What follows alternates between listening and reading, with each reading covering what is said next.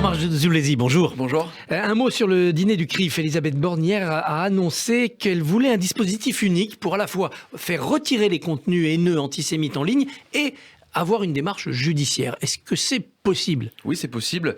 D'abord, moi, je salue cette proposition. Vous savez que la majorité est très engagée sur ces sujets. Et quand on voit les contenus qu'on peut lire sur les réseaux sociaux, sur Internet, je pense que ça s'impose. Et donc oui, la majorité sera aux côtés de sa première ministre pour justement mettre en application au niveau d'un texte de loi cette mesure. Une assistance juridique pour les victimes parce que c'est très compliqué d'attaquer un tweet haineux. Oui, c'est compliqué, mais c'est pas parce que c'est compliqué qu'on ne doit rien faire, bien au contraire. Et donc on doit mettre toute notre énergie pour faire face à ces attaques qui n'ont pas lieu d'être dans notre société. Alors les débats ont repris sur la réforme des retraites. Hier encore un incident, un député LFI a traité le ministre du Travail d'assassin avant de s'excuser. Qu'est-ce qu'on peut faire ? Continuer à débattre. Continuer à débattre. Je pense que c'est ce que les Français attendent. Et puis lorsque on a une telle attitude, ça montre tout simplement qu'on n'a pas envie de partager ses propositions. Et donc je considère que la France insoumise, la France indigne, ne glorifie pas la position de l'Assemblée nationale. Je pense que nos concitoyens ont envie d'avoir des représentants du peuple qui débattent, idée contre idée. Et donc nous, c'est ce que nous souhaitons, puisque nous demandons à la France insoumise notamment de retirer leur amendement. La NUPES en a retiré 1000, c'est un bon début. C'est un moindre mal. C'est un moindre mal, mais je pense qu'il faut qu'il retire tout ou partie de ces amendements de pure opposition, de pure obstruction, de sorte à ce qu'ensemble, nous ayons un débat digne.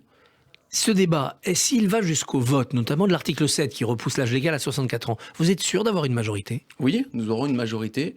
La majorité est mobilisée. Il y a tout un travail qui a été fait avec les Républicains, il faut le dire. Et donc oui, nous aurons une majorité pour voter cet article 7. Nous aurons même une majorité si l'opposition décide de retirer toute partie de leur amendement pour voter l'ensemble du texte de loi. Cette violence au Parlement, elle reflète aussi la violence dans la société. Votre permanence a été saccagée plusieurs fois. Vous savez par qui ? Vous arrivez à porter plainte ? Oui, on arrive à porter plainte et la police fait un travail exceptionnel pour remonter vers ceux qui décident de dégrader nos permanences parlementaires.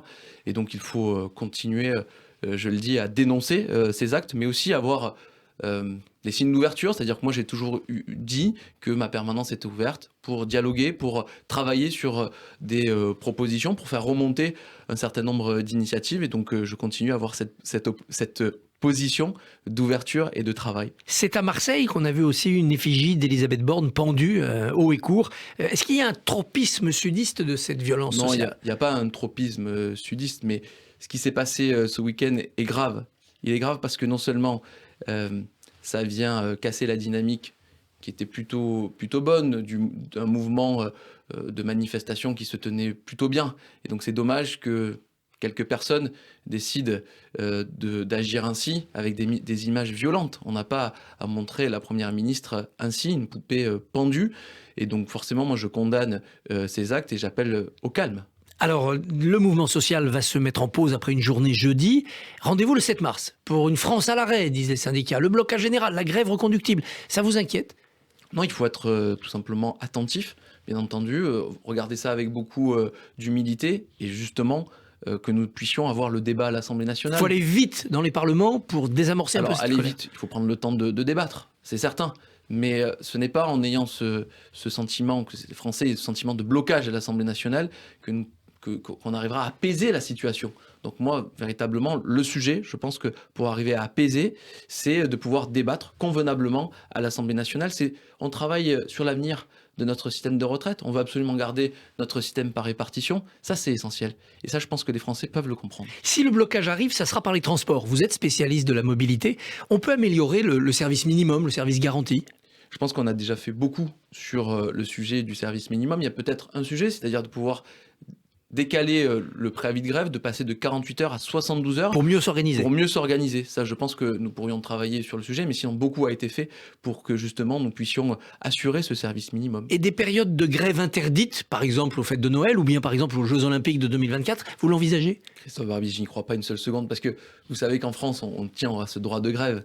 Et donc je n'imagine pas une seule seconde qu'on puisse interdire la grève, notamment pendant les périodes de vacances. Enfin, on ne peut pas mentir aux Français sur ces sujets-là. On peut responsabiliser les syndicats, mais pas plus. On peut responsabiliser, mais je ne vois pas aujourd'hui comment est-ce qu'on pourrait interdire de faire la grève pendant des périodes données.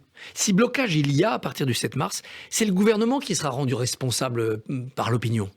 Pourquoi le gouvernement? Non, c'est avant tout les syndicats qui décident de bloquer. Donc c'est avant tout les syndicats ou d'autres forces politiques qui sont responsables de ce blocage.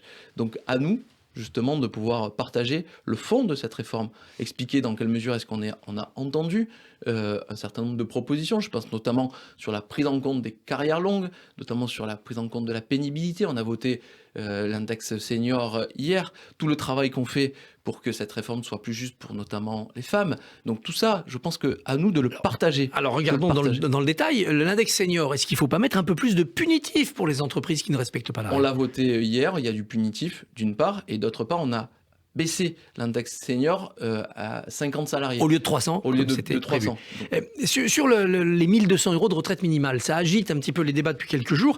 De quoi parle-t-on? On parle du minimum contributif qui va être monté de 100 €, mais le reste, c'est les complémentaires. Donc pour beaucoup de gens, ça n'ira pas jusqu'à 1 200.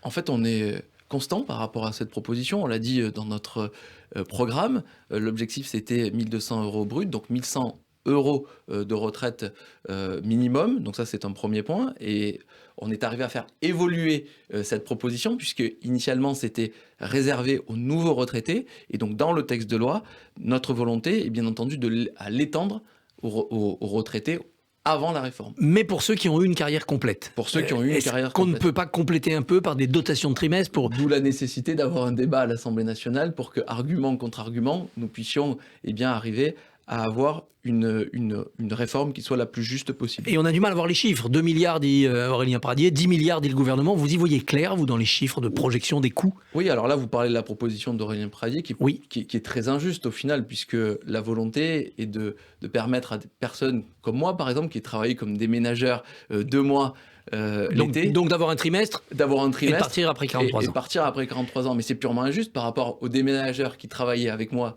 toute la saison et qui, lui, par contre, a toute la légitimité de partir plus tôt. Moi, donc il faut garder 5 trimestres. Il faut garder 5 trimestres. Ça vous paraît plus juste? C'est une mesure de justice sociale.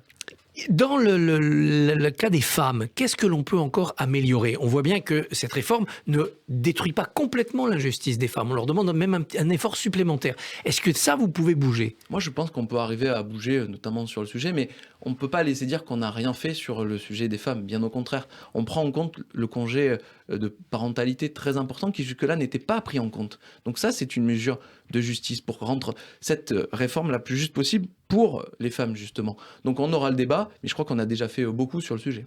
Alors on le disait, vous êtes élu des Bouches-du-Rhône, de Salon. Le plan d'investissement promis par le président, Marseille en grand, 1, est-ce que l'argent arrive? 2, est-ce qu'il est déjà bien utilisé, bien fléché? Donc 1, oui, l'argent arrive, il arrive très bien grâce à un travail de coordination mené par les services de l'État, des préfets très engagés sur le sujet, en coordination aussi avec des élus locaux. Je pense notamment au maire de Marseille et la présidente de la métropole Aix-Marseille-Provence. Ça fonctionne. Martine Varsal. Oui, ça fonctionne. Forcément, on aimerait que ça aille plus vite. Quand on aime ce territoire, quand on voit tout le potentiel qu'a ce territoire, on aimerait que ça aille plus vite. Mais oui, le plan Marseille en grand est bien engagé et nous n'avons jamais eu un plan aussi important. On parle des écoles, on parle du transport, on parle de la sécurité, on parle de la culture. Enfin, on a un plan ambitieux pour ce territoire. Le président de la République avait promis de suivre ce dossier, personnellement. Il reviendra à Marseille? Mais il est venu à plusieurs reprises et il me semble que oui, il reviendra notamment, on parle d'une visite fin mars, pour justement continuer à faire le point sur ce dossier important. Vous savez que le président de la République est très attaché à la métropole Aix-Marseille-Provence, à Marseille, et donc je sais qu'il suit ça de près, et vous imaginez bien que la majorité est très engagée dans ce que j'appelle moi le service après-vote, c'est-à-dire s'assurer aux côtés des élus locaux, du préfet, que ce plan s'applique convenablement. Le paysage politique est complexe. Il y a des députés de la majorité, il y en a beaucoup du Rassemblement national. Marseille, c'est la gauche. La région, c'est l'ex-LR Renaud Muselier. Ça va pas tout bloquer, ça? Non, parce que enfin, les élus locaux ont compris que ce qui comptait, c'était d'arriver à faire avancer les dossiers, grâce à une impulsion très forte du président de la République, de la majorité. Vous savez, on a vu ces 30 dernières années beaucoup de ministres passer, faire des promesses. Enfin, on a des promesses qui sont tenues. Et donc ça plaît forcément aux élus locaux. Et donc les élus locaux sont tous engagés pour faire fonctionner ce plan Marseille en grand. Alors, en tant que spécialiste de la mobilité, vous êtes pour le permis de conduire à 16 ans. Il y a déjà la conduite accompagnée, vous voulez aller plus loin. Ça fait peur à beaucoup de gens. Est-ce qu'à 16 ans, on peut avoir une tonne de métal dans les mains, quoi? Alors l'idée, c'est avant tout de laisser la possibilité de passer le permis à 16 ans. Il n'y a rien d'obligatoire, bien entendu. Bien sûr. Ça répond à une problématique de terrain, puisque moi j'ai été questionné beaucoup par des apprentis. Vous savez que le succès de ce mandat, c'est surtout la relance de l'apprentissage. Quand vous êtes jeune apprenti, que vous devez aller travailler le matin très tôt et que vous n'avez pas de solution de mobilité, eh bien c'est plutôt bienvenu que d'avoir la possibilité de passer le permis. Et alors, l'idée, bien entendu, vous imaginez, c'est pas de donner des bolides entre les mains de ces jeunes de 16 ans, bien au contraire, mais d'avoir une solution de mobilité pour aller au travail. On a un sujet aussi, parce que ces véhicules sans permis qu'on peut conduire dès 14 ans posent des questions de sécurité. Donc moi, je préfère avoir un jeune de 16 ans qui conduit dans un véhicule après avoir passé le permis qu'un véhicule sans permis. Même si cette disposition passait, c'est trop cher le permis quand on a 16 ans, on n'a pas l'argent pour le payer. Alors, il y a 2 points sur lesquels il faut absolument travailler. L'accessibilité du permis pour justement, niveau coût, que le jeune puisse s'y retrouver.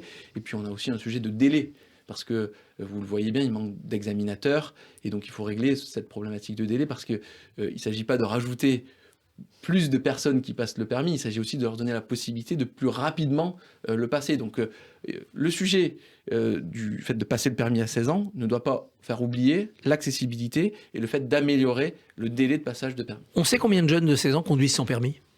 Alors c'est une bonne question, je suis en train d'y travailler dessus, donc j'ai lancé une grande concertation, j'ai posé des questions auprès du ministère de l'Intérieur, mais il semblerait que le nombre soit non négligeable.